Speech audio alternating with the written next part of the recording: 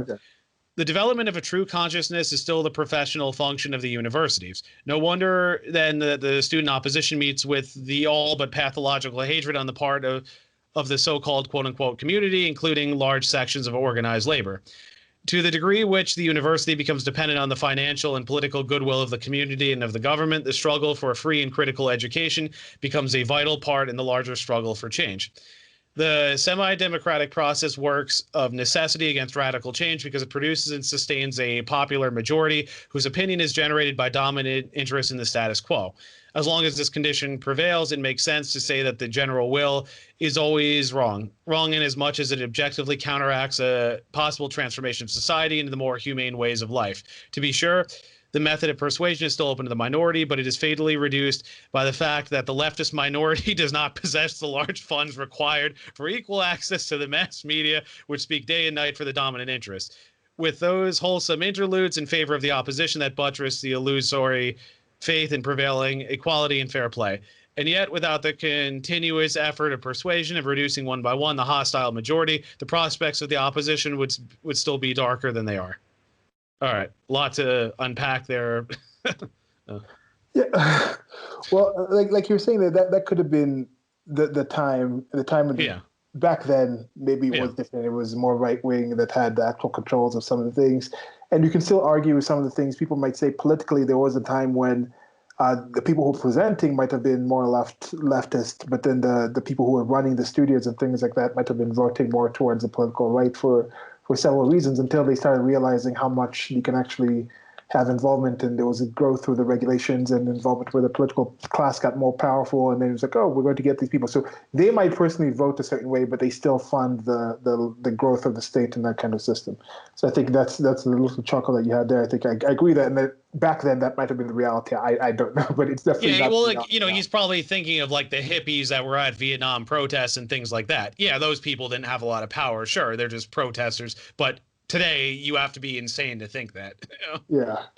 Okay, and something here you said what was it the thing? Okay, the pathological hatred said no wonder the student opposition meets no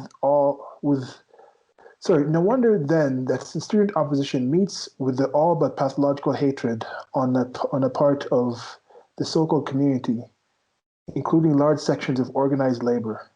So here he was saying that the development of true consciousness is still the professional function of universities. Now, this is something that they still think, that people come out to the most educated and they feel that they're on that situation. It says, no wonder the student opposition meets with the all but pathological hatred of the so-called community. Now, I don't know about this. There is something where, depending on who you call in the community, it's in quotations, but large sections of organized labor, the most educated people coming out of universities seem to vote for the same kind of parties that most of the unionized people in the United States of America do. And now that's, again, because now these things, like if the unions, first of all, there's a lot of public sector unions, which are, of course, going to vote for, which in general vote for the growth of the state, maintenance of the state, more redistribution of taxes, because they end up getting those things, more security in their jobs, more pension plans and things like that.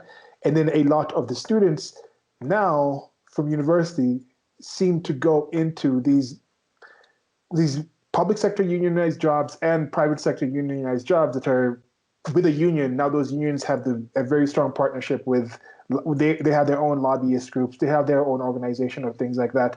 So now they have influences and they have a lot of interest in the government. So you have a lot of people graduating who go to direct government jobs that are not necessarily unionized, then public sector unions, private sector unions. So I don't think that dynamic is still something that is quite accurate to today. I think you look at majority of the, there could be a difference with the actual union members versus the union brass, but I think in general you'll see they're on similar footing, people with degrees coming out of colleges and people in unionized sectors. Yeah, I think when he says true consciousness, he means critical consciousness, basically, what we've been talking about. Let's see here. Free and critical education. Well, critical free, he means like liberated, but of course he means Marxist. I wouldn't say education today, I would not say is well-rounded at all. I mean, there are people who've been in universities for years who have no idea about any of the people we like.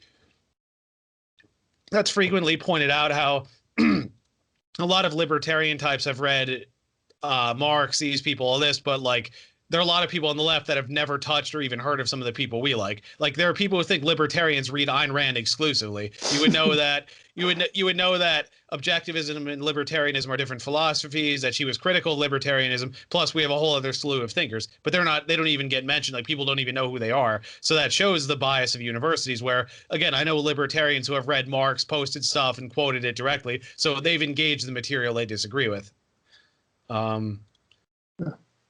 What else? Radical change, popular, yeah, dominant interest in the status quo. It's funny because it's another one of those things. Like I feel like I agree with those statements, but not in the way he means. Like if you watch the lefty comedians today, it's like they're pretty much all establishment. Like they'll say things like, oh, healthcare is expensive, there's gun violence, all this, but they don't get deep into the issues of, okay, the American Medical Association restricts the number of doctors, so prices go up. They restrict the number of medical schools and hospitals, prices go up. These lobbyists own these politicians. The Federal Reserve does, like, they don't delve deep into this issue. I don't consider them rebels. I think these comedians are in the process. What they do is they present themselves as like rebellious and edgy, but in reality, they're just establishment mouthpieces. Because like I know with some of like the NSA and the spying and stuff, like I remember, I guess Snowden got interviewed by John Oliver, and Oliver was pretty rude to him. But again, it's like because a true rebel outside of the system would want to talk to these people. If you're just going to suck up to Hillary and whoever, I mean, again, you're establishment. You're defending the status quo. Oh. Yeah. Let's see if there's anything here in the second paragraph. Faithfully reduce the fact the left is minority. Yeah, as I said, that does change if we have access. They have achieved that access. So at least, I guess maybe if Marcuse was thinking there was an issue, and that's something that people like Angela Davis saw as an issue, and it's something they have addressed in an excellent way. And in part because like a lot of people come through universities and they understand there's some control in there. A lot of these people come through I think you look at the number of human resource graduates at the time of Marcuse versus the human resources graduates today, and I think there'll be a massive increase in the actual of that, and then you see the effect of these people coming out college educated and entering the human resources, and now these human resources development people also are involved in like the unions, and they part of deciding who is in union membership, what they're going to be doing in that. So there is something in there, and this is something pernicious about that actual field in general. Yeah. Especially when you see how many leftists are towards, how many people in human resources vote for political left ideals and so-called progressive type of things. And at the same point, they will start talking about how human beings are individuals and they're not just machines. Yet they're the ones who actually just, in reality, they kind of commodify people and say, you will move you as a widget here. And in a sense, I think once you have that human labor, you actually are that kind of way. And that's the thing, like, instead of their actions, if they really didn't think human beings were supposed to be judged on their actions and their results and their abilities to do things, why would they be so interested in entering human resources if they didn't look at humans and their actions as a resource? So they're like, oh, we're all the same. If we're all the same, why do we need human resources if we can just put people in there? It's like you say one thing, but you do the other. So where are you after that? Yeah.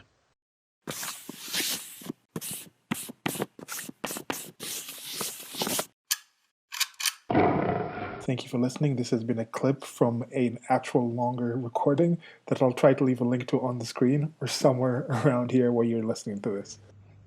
Presents. Presents. Presents. Presents. Peasants.